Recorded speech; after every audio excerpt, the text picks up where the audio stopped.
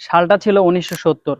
আমেরিকার সবচেয়ে বড় গবেষণা প্রতিষ্ঠান ন্যাশনাল ক্যান্সার ইনস্টিটিউট শুরু করলেন ক্যান্সারের বিরুদ্ধে এক বিশেষ গবেষণা। তবে সেটা ল্যাবে উৎপাদিত কোনো দামি গাছ না, আমাদের সবার পরিচিত, অর্থাৎ রাস্তার ঘাটে পাওয়া যায় যে সহজে, যেটাকে বলে যে ইন্ডিয়ান হেলিট্রপ, অর্থাৎ বাংলায় যেটাকে বলা হয় যে হাতিসুর। বিজ্ঞানীরা এই গাছে পেলেন এক বিশেষ কম্পাউন্ড যার নাম হলো ইন্ডিসাইনেন অক্সাইড। তারপর শুরু হলো যে লিউকেমিয়া আক্রান্ত রোগীদের উপরে ট্রায়াল।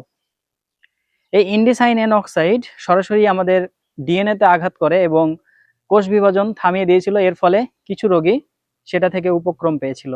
তবে এই গবেষণার একটু পরেই বিজ্ঞানীরা যে বিষয়টা নিয়ে সবচেয়ে বেশি দুশ্চিন্তায় ছিল সেটা হলো যে এই ইন্ডিসাইন এন অক্সাইড আমাদের লিভারের জন্য মারাত্মক ক্ষতিকর একটা পদার্থ, যার ফলে এই গবেষণা আর এগোয়নি এবং শুধু রয়ে গেছে ইতিহাসের পাতায়।